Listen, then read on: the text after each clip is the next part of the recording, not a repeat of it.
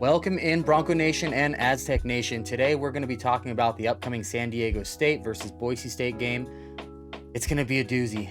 This one is going to be, I think, just a bloodbath. It's going to be a defensive battle, probably fairly low scoring, and I think it'll be a tight one. We're going to look at, a lot of the talk right now is about Boise State's offense. You know, Maddox Madsen's out. Everybody thinks they're going to kind of struggle with Cutforth in there. And everybody's kind of wondering, what is our offense going to look like? San Diego State has one of the best defenses in the country statistically. And so I think a lot of people are struggling to see how we can compete with that. Today, we're going to break that down. We're going to look more at San Diego State's defensive side and how Boise State offensively can kind of take advantage of that. I think Boise State's defense is going to do fairly well. San Diego State's offense struggles from time to time. They don't have the best running game. They don't They don't have bad blocking, but they don't have the best blocking. I think our defensive line can keep up with them. And as far as our cornerbacks and safeties and stuff, our defensive backs, they've been doing really well lately. If they can keep up that trend, then I think we'll do just fine against them. Against Hawaii, we saw San Diego State throw some picks that looked very similar to McCoy's picks, where it's kind of a curl route and McCoy picks it up and runs in and just snatches the ball from them. So we might take a look at a couple of those today, but overall, we're going to look a lot at San Diego State's defense, how they tend to create pressure because Cutforth really does not have the best awareness of pressure, in my opinion. And I think when he does get pressured, he tends to struggle. He stays very calm until he sees that pressure.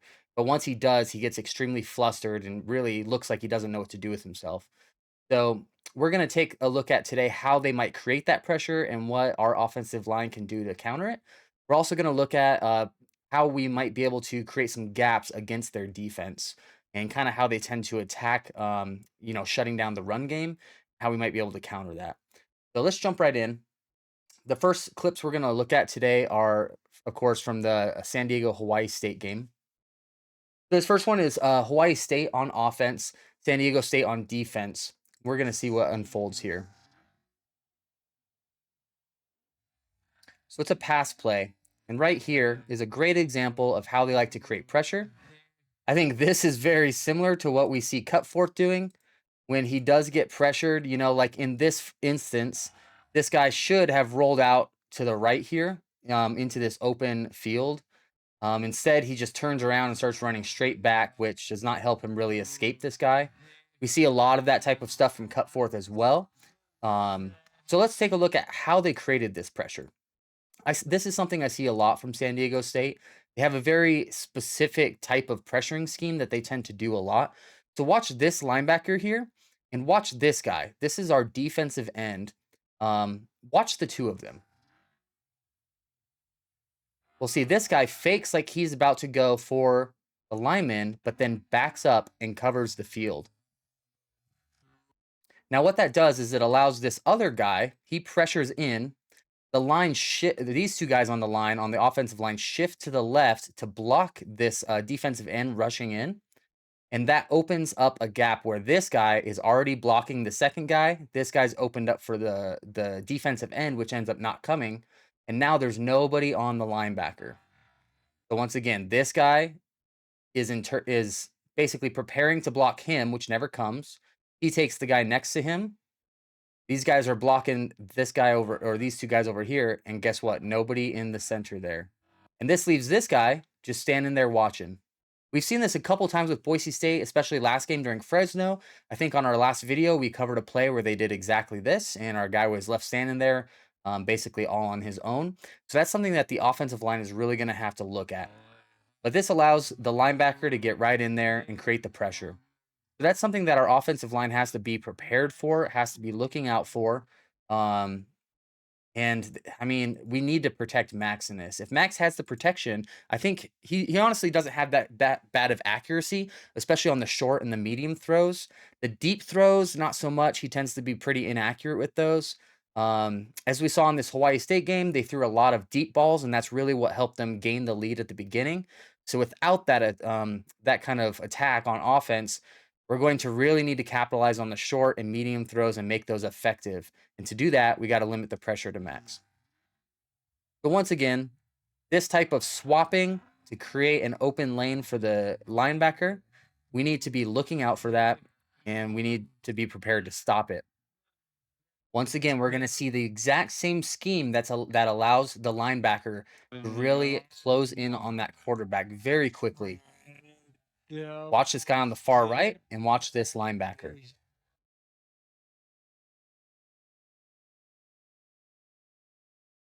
Once again, we see the defensive end drop back and the linebacker crush in. And the exact same thing happens again.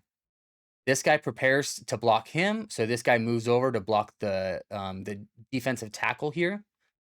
And these two cover their guys. And that once again leaves the linebacker an open lane to the quarterback.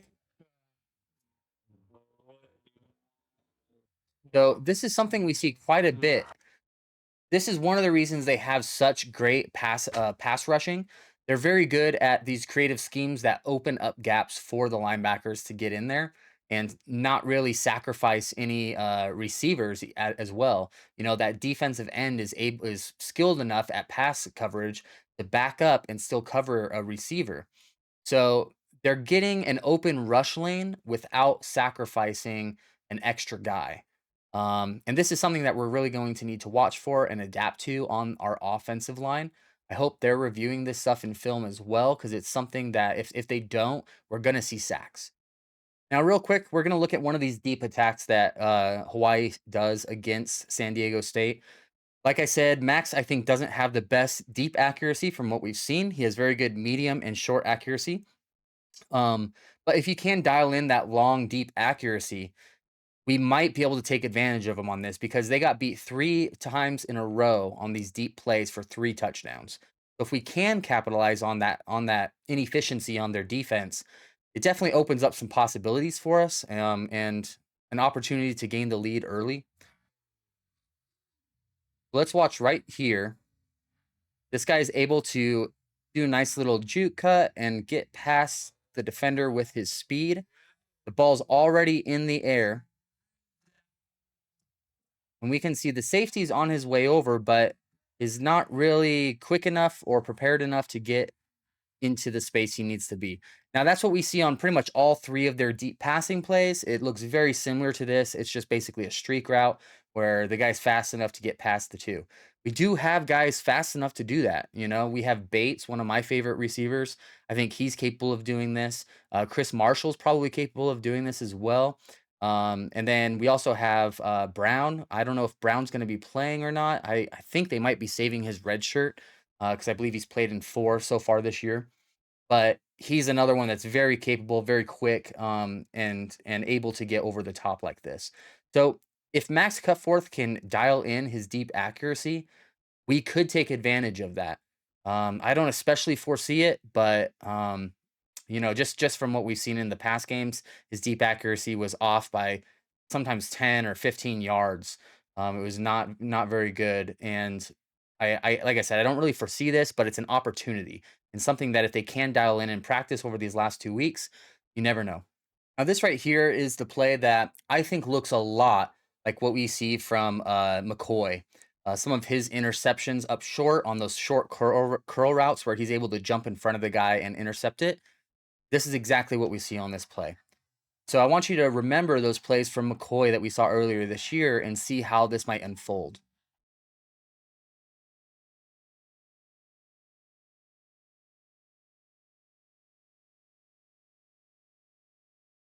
You'll notice the QB has a tendency to stare down his receivers. This makes it even more likely that somebody like McCoy is able to take advantage of that, see where he's going, and intercept the ball. He doesn't really look off the guy one single time. Boom. So to me, that looks extremely similar to what we saw from McCoy. Let's go back and watch this one more time here.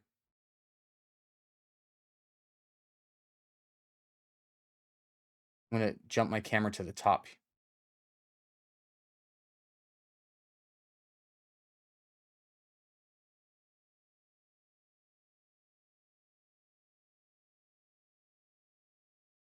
So the guy we're watching is the slot receiver here.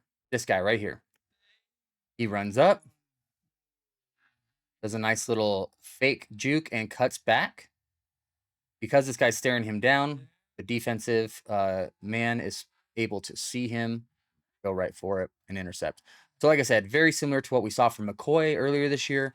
I think McCoy and maybe even some of the other DBs definitely have a chance to make a couple interceptions on this game. Um, the QB tends to stare down his wide receivers like that, like all the time. So, if they can key in on that, it's going to really give them some opportunities. So, one thing I want to point out here, this is, I think, an opportunity for us to open up some gaps in the run game. If we watch the right, or I guess San Diego's left side of their defensive line, but right side of the offensive line, which would be where Matoyer is, their defensive end tends to shoot right past the guy. He's definitely a speed rusher, and he goes to the outside. Now, this is something that Matoyer has a lot of struggles with. Usually, when he encounters a speedy guy like that, they tend to get by him. He's going to need to watch the holding on this. When that guy gets past, he can't be reaching that arm around and trying to hold him back because he's going to get called for it. And especially in this game, man, we need to limit those penalties. So that's something to watch for from Matoyer. This guy, like I said, especially on defensive end for San Diego State, likes to rush past him. Now, interestingly, this actually opens up an opportunity for us in the run game. Not so good against passing, especially with Max Cutforth and his pressure awareness. But in the run game, watch what happens here.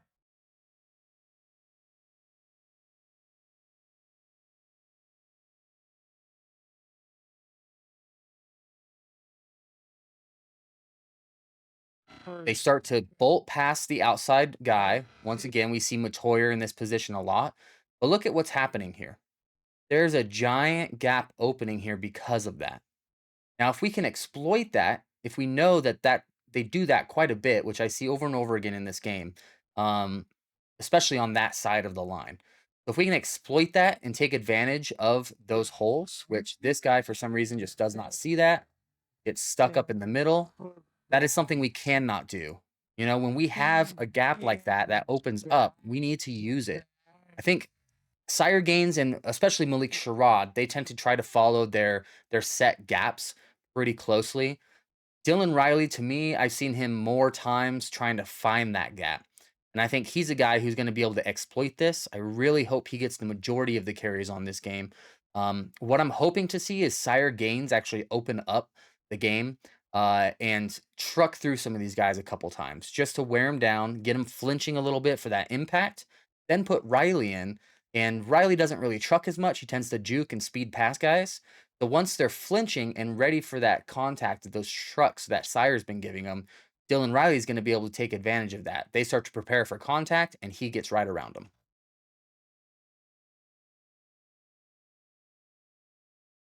And once again, hole opens up. If he had immediately turned out, we have a pretty open lane. This linebacker might have been able to reach him, but it's going to be pretty close.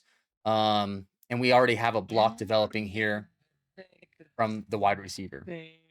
So I think if he had taken advantage of that, they could have gotten a pretty big gain here.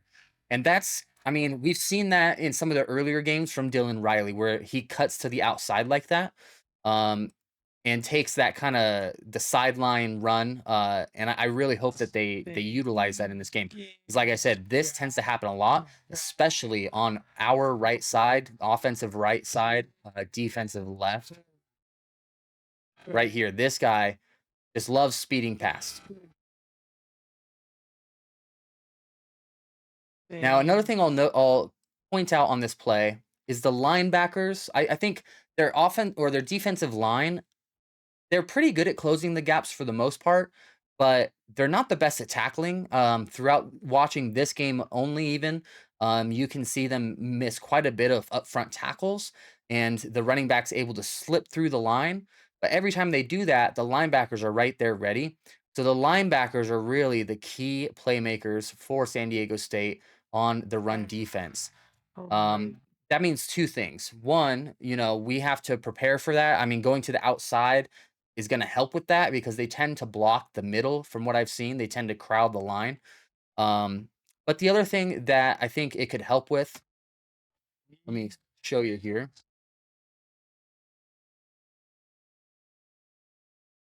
So both in play action, right? If this was a play action and these guys move up, that's going to open up some big routes for our wide receivers.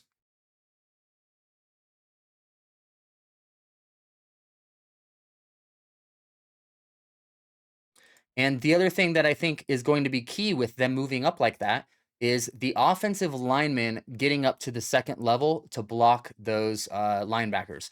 Now, we saw this in our last video when we broke down the game against Fresno. There were a couple plays where the offensive line got stuck blocking a guy and they were in a double team block where that lineman that they were blocking was really already out of the play and they didn't really need to be staying on him. And the linebacker that they was right next to him that they could have jumped up to the second level and blocked is the one that came in, closed the gap, and got the tackle. So for this specific matchup, it's going to be key that our linemen jump to the second level to cover those linebackers, stop them from collapsing the gaps. Just like this, we watch, same thing happens here. Watch this linebacker. We have the guard do a little shove to push this guy out of the play, moves up to the second level, and completely misses a block. And guess what? That's one of the guys that ends up securing the tackle. Now, this is something, like I said, we saw last game from Boise, them either missing a second level block or just not even going up to it at all, sticking on their double blocks. With San Diego State, they use those linebackers basically as a run crutch to get up there and close the gaps. And you'll see it here. They all just collapse. They have all three linebackers here coming up. They have this guy coming in to make that speedy exit through the left. And then these two, as soon as they see it's a run, they also collapse and try to just block any gaps they can up in the middle of the line. So really, they had two opportunities here. One was to break out to the outside and completely avoid all those linebackers, which I think is the best option, especially for a fast guy like Riley. And second, we need our linemen to be wise this game. Get off those double blocks if they don't need to be there and cover a linebacker. Those linebackers are going to be the thing that stops our run game.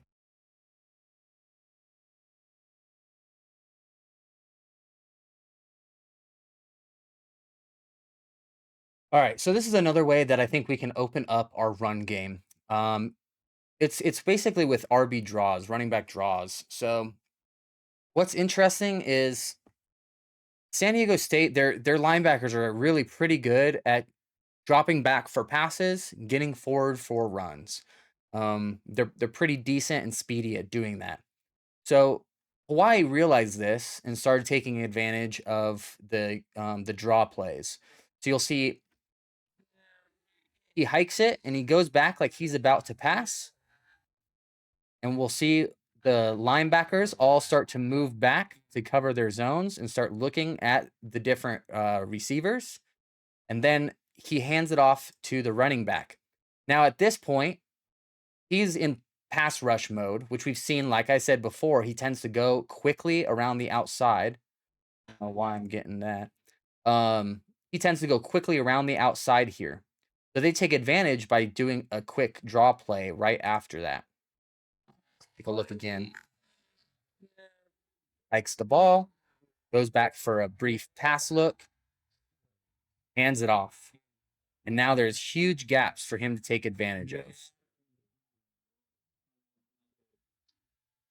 Linebacker's still able to move up, but he breaks one tackle. And he's gotten 1, 2, 3, 4, 5, about 5 or 6 yards. Now, if you can get 5 or 6 yards every run, you're scoring. So this is an awesome way that we haven't seen us do this much this year. But this is an awesome way that we could change it up and take advantage of their defense. Now, Hawaii does this 2 or 3 times throughout this game, just in the highlights, and really capitalizes every single time. So let's try to take a look at another time they do it and kind of compare what that one looks like as well.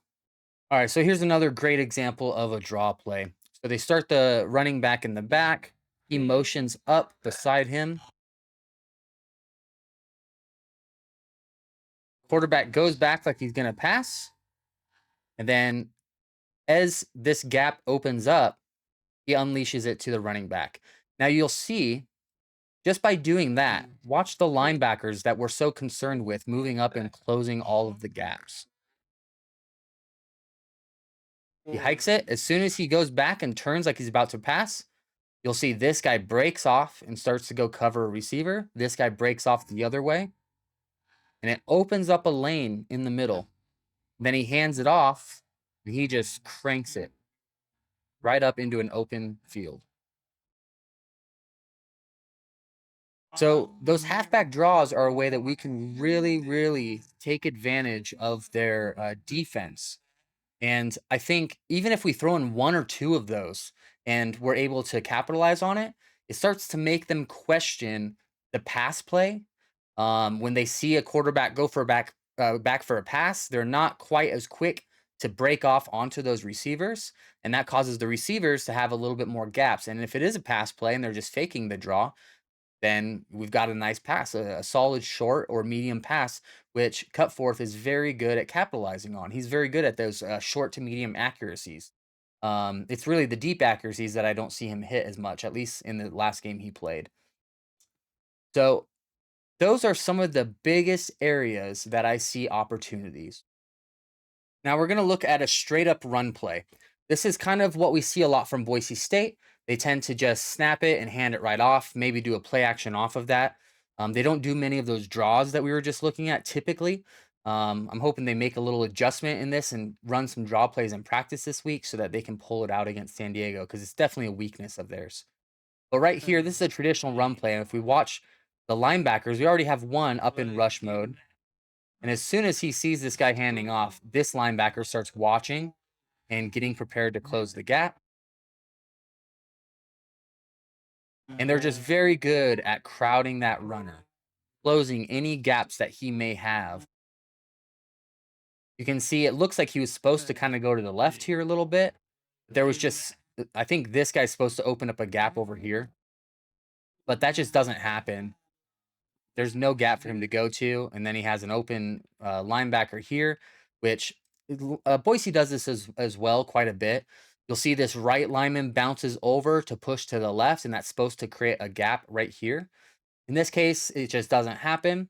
And because he bounces over, that leaves his guy open.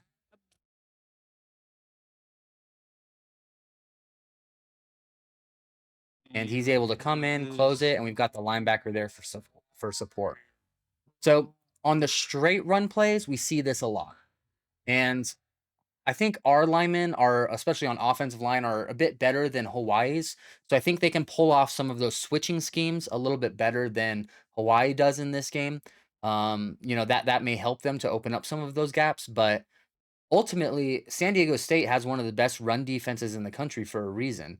They're able to close gaps like this and watch for those schemes. Um, and I just don't know if we just go straight up the middle like we've been doing, even with some of those creative crossing plays. I just don't know if it's going to be able to open up the gaps that we need it to.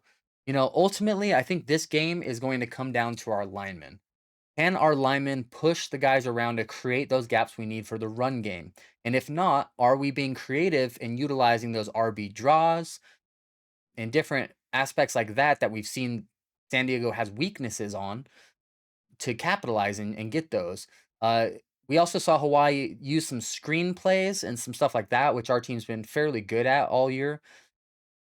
And I think utilizing that gap on the right side where they tend to speed rush their guy, and like I said, Matoyer's not the best at stopping that. So, you know, if they're seeing a run type play or a pass type play and they speed that guy in for a pass rush, can we take advantage of that and sneak up through that gap that's created? I think those are all some potential opportunities we have to capitalize on San Diego State's defense. It's going to really rely on Potter and how he schemes this up, what he's seeing in this film, and if he's recognizing it and utilizing it. As far as passing, I think we're going to see a lot of screen passes. We're going to see some short curl routes and underneath checkdowns, some stuff like that, which we've seen all year, and hopefully some nice medium passing as well. I think that play action is going to be a spot where we can also capitalize. As we saw, they like to be very quick on crashing up when they see it to run. So if we can get a couple runs off and then make them crash, that's going to open up that middle range. We reviewed this on some of our last videos, but when we get those linebackers to move up, we can kind of curl one of our wide receivers right in behind the linebackers, but before the defenders in the backfield. And that opens up just this nice little box that they have all this room to catch. And I think Max Cutforth is able to capitalize on that. Like I said, he has pretty good short and mid range accuracy. So really, I think those are the keys to success for Boise State.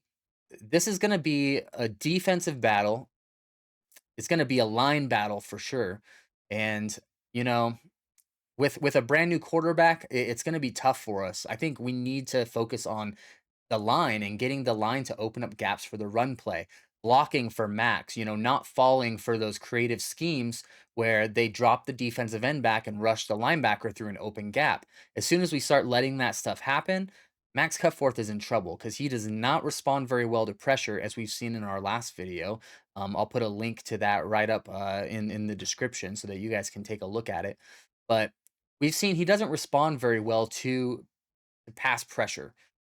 He either doesn't notice it at all, or when he does notice it, like in the first shot that we showed in this video, he scrambles and not in the most effective way. He doesn't tend to roll out to the sides. He tends to just back straight up, sometimes even into other defenders that are coming. So he definitely gets a little bit flustered when he notices the pressure. So it's really going to be up to our line to stop the pressure and not let it get in there. Give him the time he needs to make those passes, and I hope Nate Potter really gets creative with this one, sees some of these deficiencies in San Diego State's defense and capitalizes on 'em. So if you guys have enjoyed this, hit the like button, hit the subscribe button. We're a brand new channel. I really love talking Boise State. It's fun to go over film like this and talk about what I'm seeing. I think there's not a lot of other channels out there that do it. So help us grow. Share it with a friend if you guys enjoyed it. We really, really would appreciate it. It means a lot. Thanks again, and go Broncos.